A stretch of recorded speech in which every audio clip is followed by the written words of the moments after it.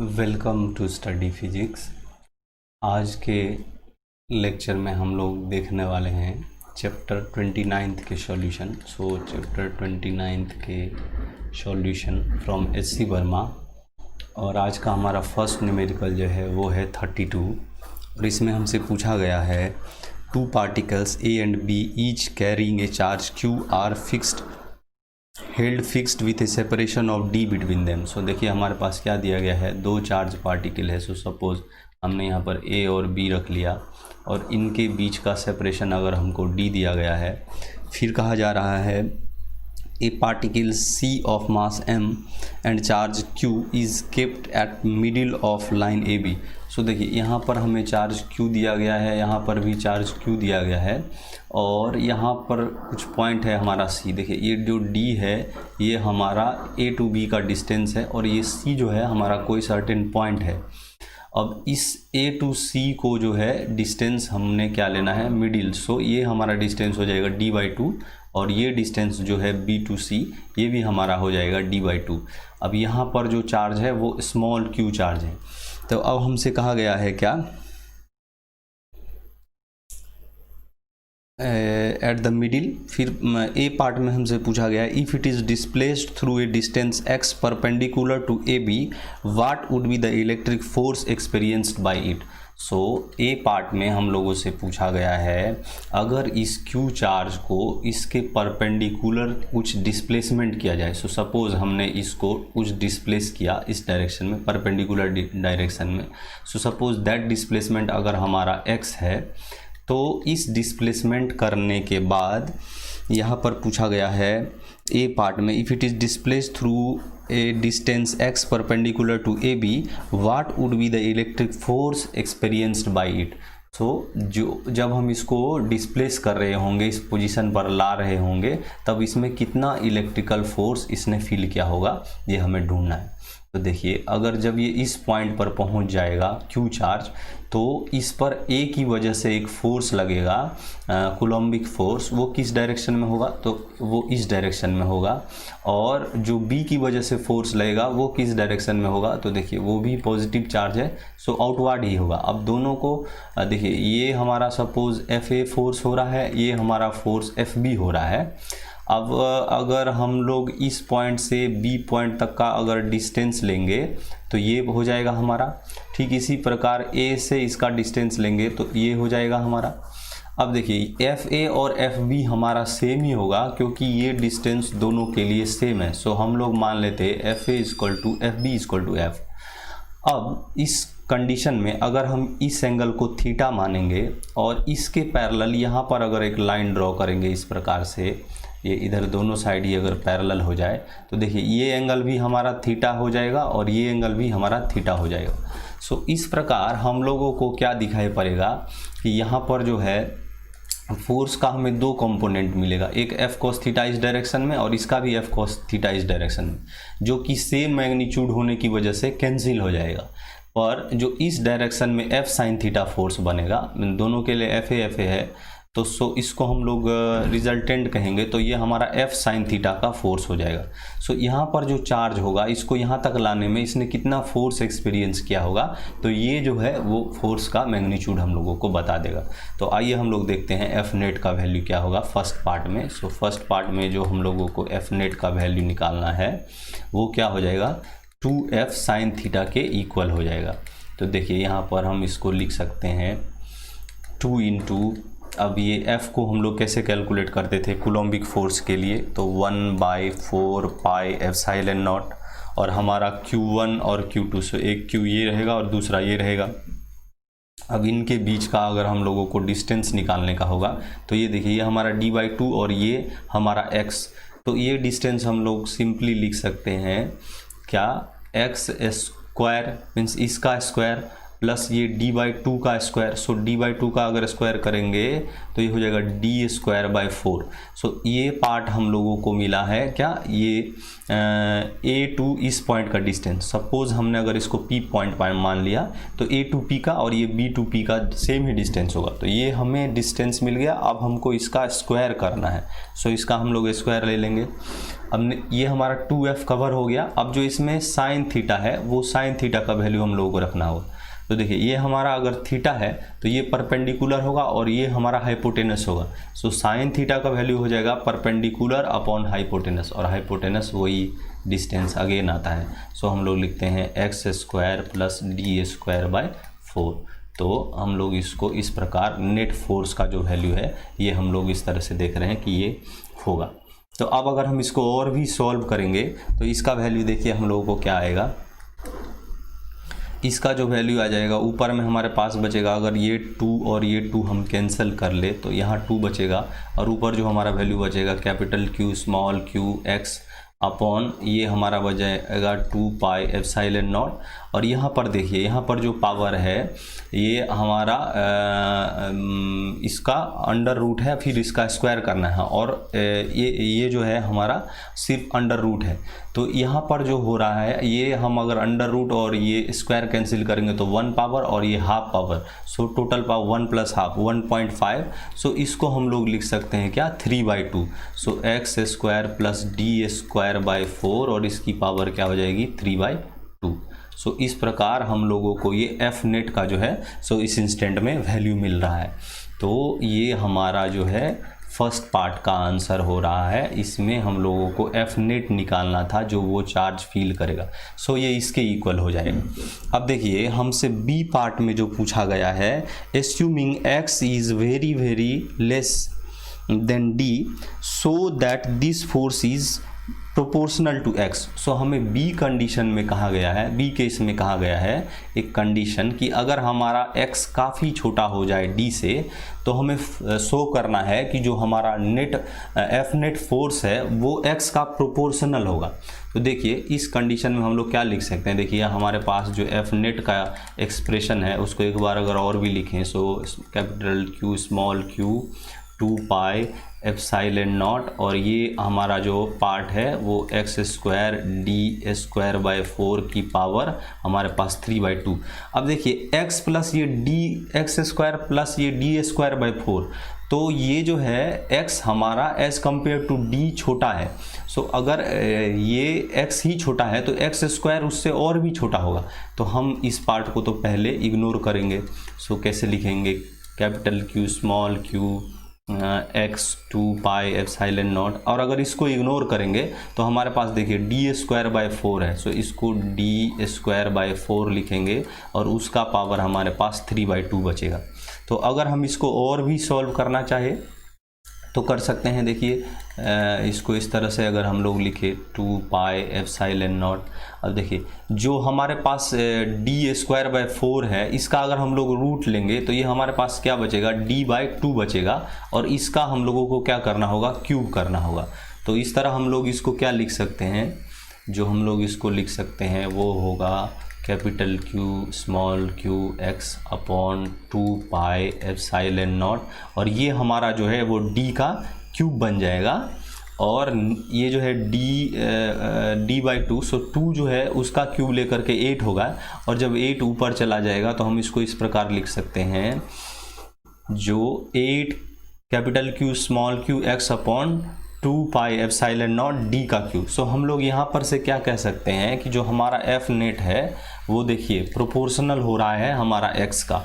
सो इसको चाहे तो और भी सॉल्व करके 8 और 4 और 8 को हम कैंसिल कर सकते हैं, उस तरह से भी लिख सकते हैं। सो एफ नेट का वैल्यू हमारा ये भी हो सकता है 4 capital Q small q x upon πε0 और ये d की क्यूब। तो इस यहाँ पर से हम लोग देख रहे हैं जो हमारा एफ नेट जो है वो प्रोपोर्शनल हो रहा है हमारे x का। सो इस प्रकार हमारा जो है बी पार्ट हो जाता है। नेक्स्ट जो है हमारे क्वेश्चन का सी पार्ट, उसमें हमसे पूछा गया है Under what condition will the particle C execute simple harmonic motion if it is released from such a release after such a displacement, such a small displacement? Find the time period of the oscillation if these condition are satisfied. So बोल रहा है हमें कि इस question में कि ऐसा condition बताइए जब ये जो पार्टिकल है वो सिंपल हार्मोनिक मोशन करे। अगर ये जो हमने x को कहा है कि ये d से काफ़ी छोटा है, तो उस सिचुएशन में जो हमने ये सच ए स्मॉल डिस्प्लेसमेंट लिया है, तो उस कंडीशन में ये हमारा SHM कब करेगा? तो ये हम लोगों को अगर SHM करेगा तो उसका टाइम पीरियड निकालना है। तो हमें पहले तो ये कंडीशन बताना होगा कि किस कंडीशन में ये जो पार्टिकल है वो SHM करेगा, और यदि ये करेगा तो इसका टाइम पीरियड क्या होगा। तो देखिए, हम लोग जानते हैं कि किसी भी पार्टिकल को SHM करने के लिए जो उसका फोर्स का डायरेक्शन होता है वो उसकी सेंटर की ओर होना चाहिए। पर यहाँ पर देखिए, इस पार्टिकल में जो फोर्स का डायरेक्शन हो रहा है वो अवे फ्रॉम द सेंटर हो रहा है। डिस्प्लेसमेंट तो ठीक है, जो हमें डिस्प्लेसमेंट इक्वेशन चाहिए होता है प्रोपोर्शनल टू एफ के, वो पार्ट तो यहाँ पर कवर हो रहा है, पर यहाँ पर ये कवर नहीं हो रहा है कि ये इसका फोर्स जो है सो टुवार्ड्स द सेंटर नहीं हो रहा है। तो ये कब हो सकता है? जब ये देखिए, हमने जब चार्ज पार्टिकल को, ये पे सी पार्टिकल को पॉजिटिव लिया तब इस पर आउटवर्ड फोर्स, रिजल्टेंट फोर्स आया। अगर हमने इसको नेगेटिव लिया होता तो इस पर जो है वो डाउनवर्ड फोर्स काम कर रहा होता। तो अगर हम कंडीशन ऐसा मान लें कि ये हमारा Q नेगेटिव है और सी अगर हम चार्ज को नेगेटिव लेंगे, if we consider small q charge to be negative, ये अगर हमारा नेगेटिव हो जाएगा तो उस कंडीशन में then it will execute, so it will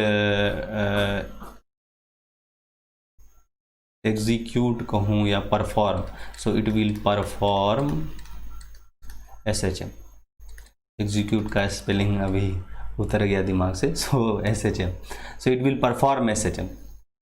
तो हम लोग यहाँ पर ये देखेंगे, if we consider a charge particle to be negative then it will perform SHM। तो ये हमें चार्ज पार्टिकल जब नेगेटिव हो जाएगा तब ये हमारा SHM को परफॉर्म करेगा।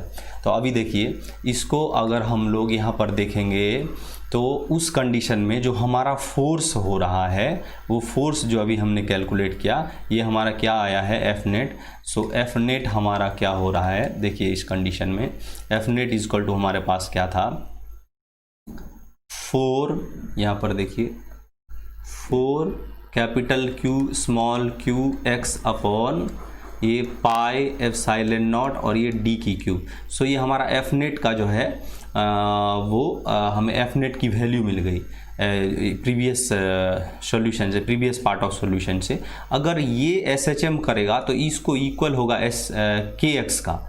अब यहाँ पर x जो है वो एलोंगेशन या डिस्प्लेसमेंट हम लोग यहाँ पर कवर करते हैं। kx फोर्स को इस तरह से हम लोग मानते हैं कि ये इस फोर्स को, यहाँ पर जो भी फोर्स होना पड़ेगा उसको इसके फॉर्म में होना पड़ेगा। तो अभी हम सिर्फ मैग्नीट्यूड को कंसीडर कर रहे हैं। सो हमने कंडीशन पहले ही ले लिया है Q नेगेटिव होना पड़ेगा, और फिर जा कर के ये कंडीशन सेटिस्फाई हो जाएगा कि टुवार्ड्स द सेंटर फोर्स लगेगा। सो हमने इस तरह से F नेट को लिख सकते हैं kx के इक्वल। सो अगर हमारा F नेट इस तरह से kx के इक्वल होगा, सो हमारा k का जो वैल्यू आएगा यहाँ से वो आ जाएगा 4 capital Q small q by pi epsilon not और d की क्यूब। तो इस प्रकार हमें k का वैल्यू यहाँ पर से फाइंड आउट हो जाता है। तो हम लोग जानते हैं कि कोई भी पार्टिकल अगर SHM कर रहा है तो उसका हमें अगर k का वैल्यू जो है वो फाइंड आउट हो गया, तो हम उसका अगर हम लोगों को टाइम पीरियड निकालना हो तो अंडर रूट हम लोग m/k से निकाल सकते हैं। अब यहाँ पर ये हमको k कहाँ से आया, तो फोर्स इक्वेशन से आया। अब इसको अगर हम लोग k का यूनिट ढूंढने को ट्राई करेंगे तो ये हमारा हो जाता है फोर्स kx के इक्वल। सो हमारा k जो होगा सो न्यूटन पर मीटर में होता है। ठीक है। तो इस तरह से हमको यहाँ पर इस फॉर्म में रखने से हमें उस का टाइम पीरियड मालूम हो जाता है। तो देखिए अब हम इसको यहाँ पर रख लेते हैं। तो इसमें हमें मास स्मॉल m ही दिया गया है, सो मास को हम लोग स्मॉल m लिख लेते हैं और k का वैल्यू हम लोगों को दिया गया है 4q small q by this value. So हम इसको इस तरह से लिख सकते हैं कि ये हमारा हो जाएगा एप्सिलॉन नॉट d की क्यूब और ये हमारा 4 कैपिटल Q स्मॉल q। तो इस प्रकार ये हमको जो है इस चीज़ का हमें SHM बता रहा है, SHM का टाइम पीरियड हम लोगों को बता रहा है। तो अगर हम लोग इस तरह से 2 पाई के फॉर्म में लिखेंगे, so t equals to 2 pi under root, ये वैल्यू हमारे पास जो है वो आ रहा है। और अगर हम इस 2 को भी और सारे टर्म को भी इनसाइड ले जाने का ट्राई करेंगे तब देखिए हमारे पास क्या आएगा। सो अगर हम ये बाहर है तो जब हम इसको इनसाइड ले जाएंगे तो ये 2 हमारा 4 बन जाएगा और ये पाई हमारा स्क्वायर बन जाएगा और एक पाई इनसाइड है ही, सो ये पाई का क्यूब हो जाएगा और epsilon not m dq inside है ही और 4 कैपिटल Q स्मॉल q, इस तरह से हम लोग इसको लिख सकते हैं। तो अभी देखिए यहाँ पर से ये 4 कैंसिल हो जाएगा और हमारे पास क्या बचेगा कि जो बचने वाला है वो है हमारा m पाई की क्यूब एप्सिलॉन नॉट और d cube by capital Q small q और इसकी पावर 1/2। सो इस होल टर्म की पावर हम लोग लिख सकते हैं क्या 1/2। तो जो कि हमारा हो जाएगा टाइम पीरियड अगर ये पार्टिकल SHM करेगा तो यहाँ पर हम लोगों को क्या मिला, टाइम पीरियड ऑफ पार्टिकल। एक बार let me match the answer. So ये m, हाँ ये आंसर करेक्ट है। तो इस तरह हम लोगों को कंडीशन भी मिल जाता है कब, जब वो चार्ज नेगेटिव होगा तब वो सिंपल हार्मोनिक मोशन कर पाएगा। और जो टाइम पीरियड अगर हम लोगों को कैलकुलेट करना हो तो under 2 pi under root m/k के फॉर्म में रखने से हम लोगों को उसका टाइम पीरियड मिल जाता है। तो इस प्रकार हमारा 32 क्वेश्चन कंप्लीट हो जाता है। नेक्स्ट जो है वो है हमारा 33 क्वेश्चन। सो 33 क्वेश्चन में हम लोगों से पूछा गया है repeat the previous problem if the particle C is displaced through a distance x along the line AB। तो अब देखिए इस क्वेश्चन में हम लोगों से क्या कहा गया है, जैसे हमारे पास A और B जब पार्टिकल था, सो A पार्टिकल पे कैपिटल Q चार्ज था और B पार्टिकल पे भी हमारे पास कैपिटल Q चार्ज था और जो C पार्टिकल था वो इन बिटवीन A था। सो C particle in between A था और उसके ऊपर चार्ज स्मॉल q था और ये डिस्टेंस हमारे पास d/2 और ये डिस्टेंस भी d/2 का ही होगा। अब हमसे कहा गया है कि पहले इनिशियली ये पार्टिकल यहाँ पर था, अब इसमें हमने कुछ छोटा सा डिस्प्लेसमेंट अलोंग दी AB किया है। सो सपोज हमने जो डिस्प्लेसमेंट किया है वो x डिस्प्लेसमेंट किया है, तो इस इंस्टेंट में जब हम लोग x डिस्प्लेसमेंट करेंगे तो C पार्टिकल के ऊपर A की वजह से जो फोर्स लग रहा होगा वो K capital Q small q और यहाँ पर d/2 प्लस x का ये सेपरेशन हो जाएगा। सो इसको हम लोग इस तरह से लिख सकते हैं, FA की वजह से ये फोर्स लगेगा और FB की वजह से जो मीन्स B पार्टिकल जो C पर फोर्स लगाएगा उसका वैल्यू हो जाएगा K capital Q small q और ये हमारा d/2 माइनस ऑफ x का होल स्क्वायर रखना पड़ेगा। सो इस तरह से हमने यहाँ पर FA और FB जो है वो देखा। अब यहाँ पर ये इस पार्ट में हमसे पूछा गया है कि नेट फोर्स जो होगा वो क्या कह रहे हैं C के ऊपर हम लोगों को कैलकुलेट करना है। तो जो हमने प्रीवियस प्रॉब्लम में कंडीशन लिया था कि अगर C पार्टिकल जो है SHM कर रहा है तो वहाँ पर C जो था उसको हम लोगों ने देखा उसके ऊपर चार्ज नेगेटिव होना चाहिए। तो अगर चार्ज नेगेटिव होगा तो इस पर जो FA फोर्स का डायरेक्शन होगा वो हमारे लिए किस डायरेक्शन में होगा, देखिए ये अगर FA और फोर्स ड्यू टू ए और फोर्स ड्यू टू बी अगर हमने देखा तो दोनों अपोजिट फोर्स है। सो बी जो है उसको इस डायरेक्शन में और ए भी जो है उसको इस डायरेक्शन में, या अभी हम इसको पॉजिटिव लेकर भी कैलकुलेट करेंगे तो सेम ही रिजल्ट आएगा, ये इसको रिपेल करेगा, ये इसको रिपेल करेगा। सो फोर्स का डायरेक्शन जो है वो चेंज हो जाएगा, उस फोर्स के कंडीशन में यहाँ कोई इशू नहीं हो रहा है। सो जस्ट अगर हमको नेट फोर्स कैलकुलेट करना हो, सो एफ नेट अगर हमको कैलकुलेट करना हो तो इसमें से जो भी ग्रेटर मैग्नीट्यूड का होगा, देखिए बी ग्रेटर मैग्नीट्यूड का क्योंकि इसका डिनोमिनेटर छोटा हो रहा है, so F B minus of F A हम लोग कर लेंगे तो हम लोगों को एफ नेट पता चल जाएगा। तो ये कैसे लिख सकते हैं, के capital Q small Q D by 2 minus of X का होल स्क्वायर माइनस ये के capital Q small Q D by 2 plus of X का होल स्क्वायर। सो इस टर्म को अब हम लोगों को सॉल्व करना पड़ेगा नेट रिजल्टेंट निकालने के लिए। तो अभी देखिए इसको अगर हम लोग करें तो कैसे होगा, के कैपिटल क्यू स्मॉल क्यू हम लोगों ने दोनों के लिए कॉमन ले लिया तो हमारे पास देखिए क्या बचेगा, 1 by D by 2 minus of X का whole square minus 1 by D by 2 plus of X का होल स्क्वायर। सो ये टर्म हमारे पास बचेगा। अब इसको अगर हम लोग सॉल्व करेंगे तो देखिए क्या और भी आएगा, तो यहाँ पर देखिए इन दोनों का अगर हम लोग एलसीएम लेंगे तो ये हो जाएगा D by 2 minus of X का whole square into D by 2 plus of X का होल स्क्वायर। अब ये देखिए ऊपर जाने से ये ए प्लस बी का whole square minus A minus B का होल स्क्वायर हो रहा है, तो इसको हम लोग डायरेक्टली लिख सकते हैं 4ab। सो 4a और b हमारा x हो रहा है तो उस कंडीशन में ये हमारा 2dx ऊपर बचेगा। अब नीचे एक छोटा सा चीज़ है, ये हम लोगों को ध्यान करना पड़ेगा। सो देखिए ऊपर क्या है 2dx और नीचे के पार्ट में हम लोग इसको अगर ब्रेक कर दे तो देखिए ये कैसे खुलेगा, तो ये खुलेगा d by 2 minus of x into D by 2 minus of x और ये हमारा हो जाएगा d by 2 plus of x into D by 2 plus of x.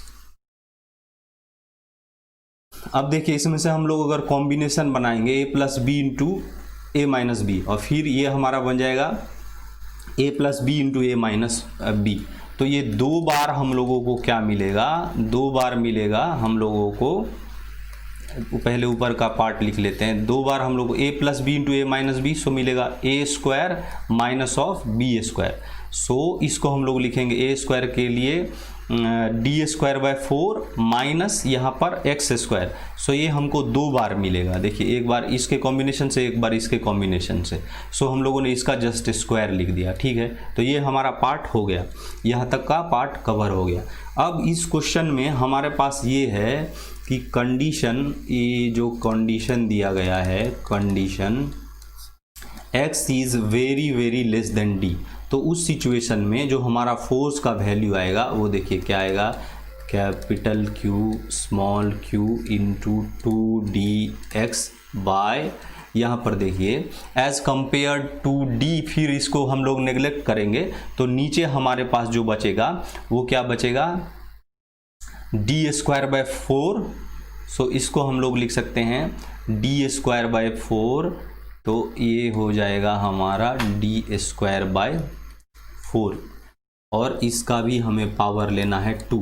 सो इस तरह हमने इसको अगर लिखा तो नेक्स्ट इंस्टेंट इसको सॉल्व करने से ये हो जाएगा 4 का स्क्वायर 16, तो अगर हम 16 ऊपर ले जाएंगे और इधर 2 भी है, सो 2 इंटू 16 नंबर को सारे को बाहर रख लेते हैं तो के Q this into D x भी है हमारे पास और यहाँ पर हमारे पास हो जाएगा d की power of 4।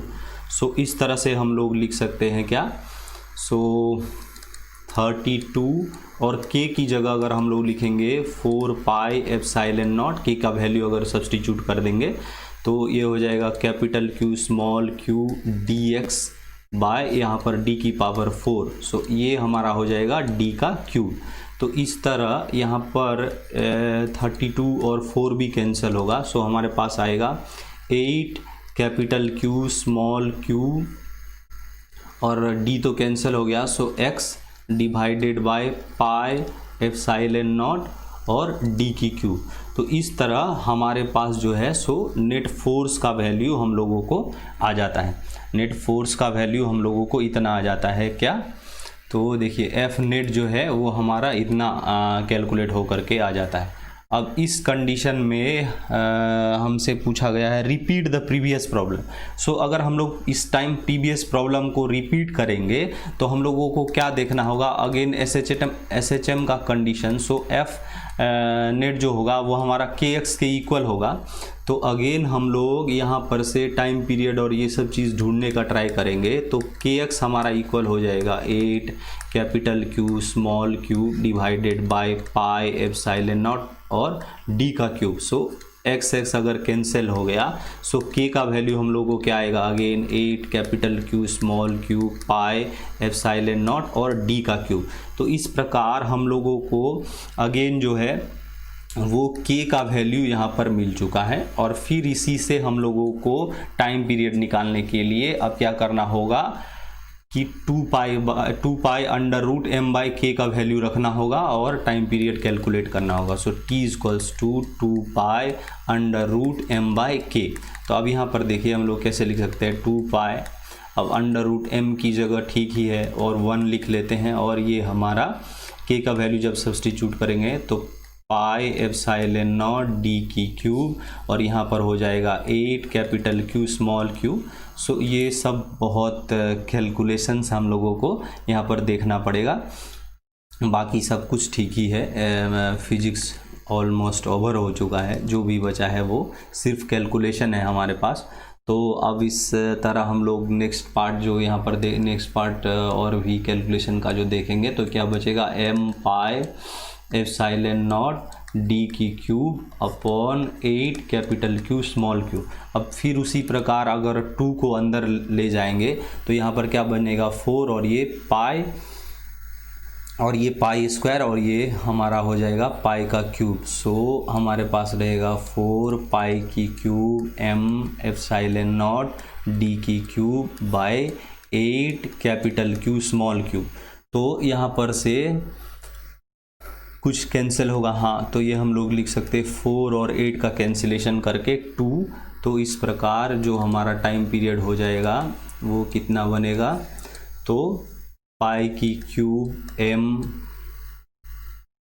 Epsilon naught D की cube by 2 capital Q small Q. So ये एक लंबा सा कैलकुलेशन। अब इसमें से answer let me match. So हमारा जो था ये 32 pi cube M epsilon naught D cube by 2, हाँ एक करेक्ट है। सो इस तरह हमारा जो है टाइम पीरियड 4 33 प्रॉब्लम, जब ये अलोंग ए बी लाइन के अलोंग है और मिडिल पॉइंट से डिस्प्लेसमेंट किया गया है। तो इस तरह हमने देखा कि ये अगेन ये एफ नेट जो हमारा फोर्स है उस फोर्स को हम लोगों को के एक्स के इक्वल करना होता है। सो हम लोग जस्ट के एक्स के इक्वल कर लेंगे, वहाँ से जो भी के का वैल्यू आएगा उससे हम लोग टाइम पीरियड इस प्रकार निकाल सकते हैं। दोनों प्रॉब्लम में ये सेम ही कंडीशन हम लोगों ने लगाना था, जस्ट ये एक लंबा सा कैलकुलेशन है उसे हम लोगों को कवर करना था।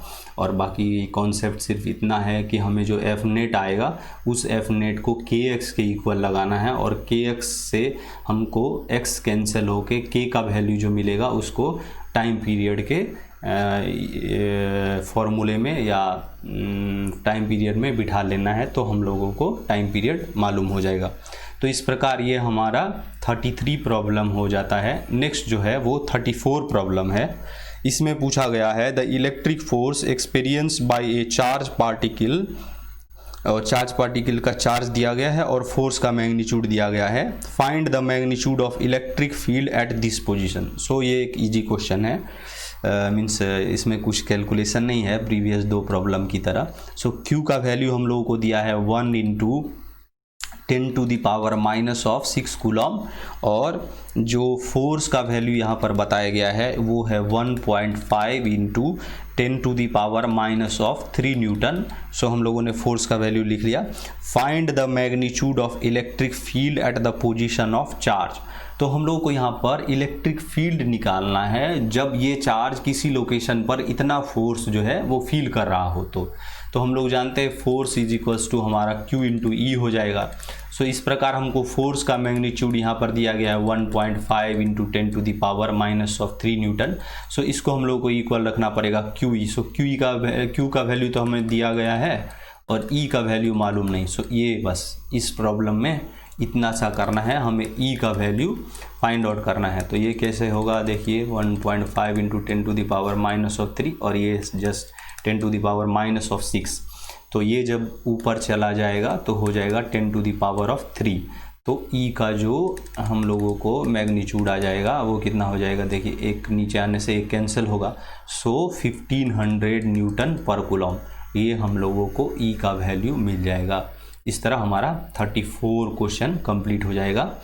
नेक्स्ट हम लोग इसमें देखेंगे हमारा 35th क्वेश्चन, और 35th क्वेश्चन में पूछा गया है 2 particles A and B having a charge this and this respectively are held fixed at a separation of this distance. Locate the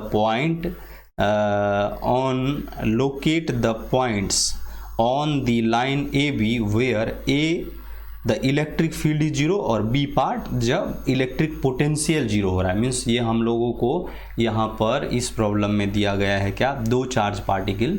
so again A and B, और इनके ऊपर कुछ charge दिया गया है। सो पहले के ऊपर जो चार्ज है वो 2 इंटू 10⁻⁻16 कूलम, और बी के ऊपर जो चार्ज है वो है हमारा -4 इंटू 10⁻⁻6 कूलम के 6 कूलम दिया गया है।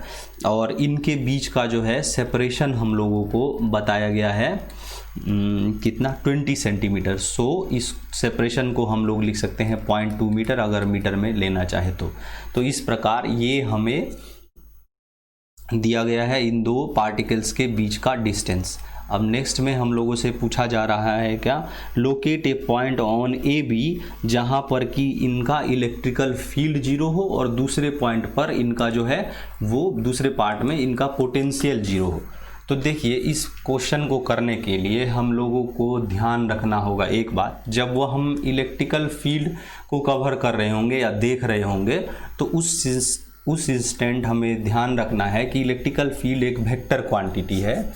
सो उसमें जो है वो कैंसिलेशन और ये सब का डायरेक्शन डिपेंडेंट होगा, पर जो स्केलर पार्ट है हमारा पोटेंशियल वो ओनली मैग्नीट्यूड कैंसिलेशन से ही कवर हो जाएगा। तो जब हम इलेक्ट्रिक फील्ड देख रहे हैं तो हमें डायरेक्शन भी प्रिसाइजली कवर करना होगा। तो देखिए अगर हम सपोज यहाँ कहीं इन द मिडिल रखते हैं कोई पॉइंट जहाँ पर कि हम ढूंढ रहे हैं कि इनकी वजह से इलेक्ट्रिक फील्ड जो है वो जीरो हो जाए, तो देखिए अगर हमारे पास ये पॉजिटिव चार्ज है तो इसकी वजह से इलेक्ट्रिकल फील्ड इस डायरेक्शन में होगा, और जो निगेटिव चार्ज है उसकी वजह से हम लोगों ने देखा होगा कि इससे आउटवर्ड जो है वो यहाँ पर जो है वो इलेक्ट्रिकल फील्ड फील होगा। पॉजिटिव चार्ज यहाँ पर जो है आउटवर्ड इलेक्ट्रिकल फील्ड फील करेगा, और यहाँ पर जो नेगेटिव चार्ज की वजह से मीन्स बी चार्ज की वजह से जो होगा वो क्या होगा, हम लोगों को टुवार्ड्स इलेक्ट्रिकल फील्ड। सो बी भी इसी डायरेक्शन में करेगा।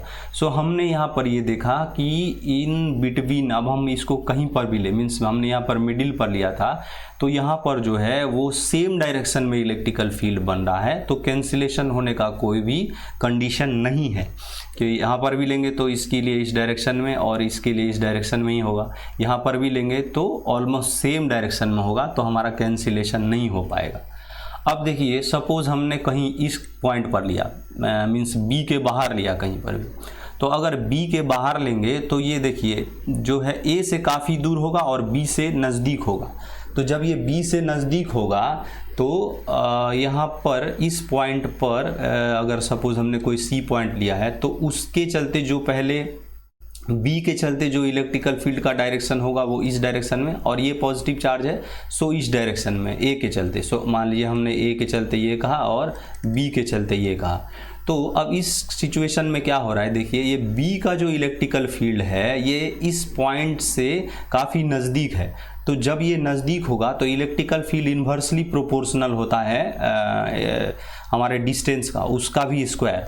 तो अगर वो डिस्टेंस छोटा होगा तो B का स्ट्रेंथ ज़्यादा हो जाएगा, और ये A ऑलरेडी बहुत दूर है, सो R का वैल्यू बहुत बड़ा होगा, तो डिनोमिनेटर बहुत बड़ा होने से फिर E का वैल्यू काफ़ी छोटा हो जाएगा। सो इस प्रकार ये स्ट्रेंथ काफ़ी वीक हो जाएगा और ये स्ट्रेंथ काफ़ी बड़ा हो जाएगा। सो ये हमारा कैंसिलेशन पॉसिबल नहीं हो पाएगा इस पोजीशन पर या इस लोकेशन पर। नेक्स्ट हमने यहाँ देखा, तो अगर हम यहाँ पर कवर करेंगे तो देखिए इस पर हमने कुछ पॉजिटिव चार्ज या कुछ भी चार्ज का इन्फ्लुएंस देखने के लिए यहाँ पर जो इलेक्ट्रिकल फील्ड होगा, सो इस पॉइंट की वजह से इस पॉइंट पर जो होगा सो आउटवर्ड इलेक्ट्रिकल फील्ड, और ई की वजह से इस पॉइंट पर जो होगा वो ये जो होगा इस डायरेक्शन में। सो हमारा इस टाइम ई बी ये है और ई ए है। तो अभी देखिए यहाँ पर क्या हो रहा होगा, ई ए जो है वो नज़दीक है, तो यहाँ पर R का वैल्यू छोटा है, R का वैल्यू छोटा है मीन्स डिनोमिनेटर छोटा आ रहा है, और उसका स्क्वायर करेंगे तो ओवरऑल वैल्यू बढ़ेगा, यहाँ पर E का वैल्यू बढ़ेगा। और यहाँ पर B से जो है ये डिस्टेंस काफ़ी बड़ा हो जाएगा, तो जब B से डिस्टेंस काफ़ी बड़ा होगा तो R का वैल्यू बड़ा होगा, डिनोमिनेटर बड़ा होगा, तो ओवरऑल वैल्यू डिक्रीज कर जाएगा। तो ये हमारा बढ़ेगा और ये डिक्रीज होगा, तो यहाँ पर जो है वो चांसेस है कि ये इलेक्ट्रिकल फील्ड का कैंसिलेशन हो पाए। तो इस वजह से अगर हम अब इस पॉइंट पर electrical field due to B ढूंढेंगे तो वो हम क्या लिख सकते हैं, चलिए के क्यू की जगह हम लोग के लिख लेते हैं, 1/4πε0 की जगह। सो 4 × 10⁻⁻6, ये हमारा अभी सोर्स चार्ज होगा B पॉइंट EB के लिए, क्योंकि चार्ज यही है। अब डिवाइडेड बाई इसका डिस्टेंस, सो डिस्टेंस हम लोग क्या लिख सकते हैं 0.2 प्लस इस डिस्टेंस को सपोज हमने x माना, सो 0.2 प्लस x का हम लोगों को क्या करना पड़ेगा, स्क्वायर करना पड़ेगा। सो ये हमारा EB पार्ट हो गया। अब देखिए इसी प्रकार हम लोग अगर EA स्ट्रेंथ को चेक करेंगे तो ये क्या होगा, K × 2 × 10⁻⁻6, तो ये हो गया। अब यहाँ पर हमारा जो डिस्टेंस है, ये डिस्टेंस कितने का है, जस्ट x का है, तो इसका हम लोगों को स्क्वायर लेना पड़ेगा। अब जस्ट इस दो इक्वेशन को अगर हम लोग इक्वल कर दे, that means EB is equals ये करेंगे तो हम लोगों को क्या मिलेगा, देखिए K × 4 × 10⁻⁻6 divided by 0.2 plus x का होल स्क्वायर लेना है, और ये इक्वल टू होगा K × 2 × 10⁻⁻6, और यहाँ पर ये अगेन x का स्क्वायर लेना है। तो ये देखिए K से K कैंसिल होगा, 10⁻⁻6, ये भी 10⁻⁻6, ये 2 से 2 कैंसिल हो जाएगा। तो इस प्रकार हम लोग अगर सॉल्व करें तो क्या होगा, 2x² इक्वल हो जाएगा हमारा 0.2 प्लस x के होल स्क्वायर का इक्वल हो जाएगा। चाहे तो इसको हम लोग ब्रेक कर सकते हैं, चलिए इसको ब्रेक ही कर लेते हैं। सो 2x² इक्वल टू हो जाएगा हमारा यहाँ पर 0.04 प्लस ये x² हो जाएगा और 2ab, सो 2ab का वैल्यू आ जाएगा हमारा 0.4x। अब देखिए इस चीज़ को हम x² को और ये सब टर्म को एक साइड में लाएंगे तो हमारे पास 2x² - x² ये बचेगा। अब ये उसके बाद माइनस वाला पार्ट ले तो 0.-4x, और इधर में बचेगा हमारे पास 0.04 इक्वल टू 0। तो इसको जब हम लोग सॉल्व करेंगे तो हमारे पास जो x का वैल्यू आएगा वो क्या कह रहे हैं, दो वैल्यू आएगा क्वाड्रेटिक इक्वेशन का, उसमें से एक वैल्यू पॉजिटिव और दूसरा नेगेटिव। सो पॉजिटिव वैल्यू जो आएगा 0.48828 दिस मच, और नेगेटिव वैल्यू हम अगर इग्नोर करें क्योंकि हम उस डायरेक्शन में देख चुके, अगर नेगेटिव लेंगे तो x का मतलब है इस डायरेक्शन में, तो इस डायरेक्शन में जो भी होगा उसको हम लोग पहले ही देख चुके कि वहाँ पर इलेक्ट्रिकल फील्ड का जो कैंसिलेशन पॉसिबल नहीं है, तो वो वैल्यू हम लोग इग्नोर करेंगे तो हमारे पास ये x का वैल्यू आएगा। तो ये हमारा in terms of metre answer होगा। अब अगर हम लोग इसको सेंटीमीटर में कवर करना चाहे तो 48.3 सेंटीमीटर ये हम लोगों को फ्रॉम द ए पोजीशन, और इसका जो डायरेक्शन अगर हम लोगों को पूछा जाए तो B to A कहेंगे। B to A इसका डायरेक्शन, अगर इधर होता तो A to B होता, इधर जा रहा है तो B to A हो जाएगा, और इधर गया होता तो A to B हो जाता। Okay fine. तो ये हमारा जो है फर्स्ट पार्ट इस तरह से हो जाता है। सेकेंड पार्ट में हम लोगों को देखना होगा पोटेंशियल। सो पोटेंशियल में हम लोगों को ओनली मैग्नीट्यूड कवर करना है, मीन्स स्केलर क्वांटिटी होगा। तो सपोज एक बार हमने और भी ड्राइंग ले लिया इसको, तो ए पॉइंट हमारा कुछ क्यू चार्ज है, बी पॉइंट हमारा Q2 चार्ज है। अब इस इंस्टेंट हम लोग सपोज कि x किसी लोकेशन पर, इस लोकेशन पर जो है ये यहाँ से दूरी इसका अगर x हो, तो यहाँ पर हमने मान लिया कि पोटेंशियल अगर 0 होगा। तो देखिए इस पॉइंट पर जब पोटेंशियल 0 होगा तो यहाँ पर हमें चार्ज दिया गया है 4 × 10⁻⁻6 और यहाँ पर चार्ज दिया गया है 2 × 10⁻6, शायद यही चार्ज है -6। Okay fine.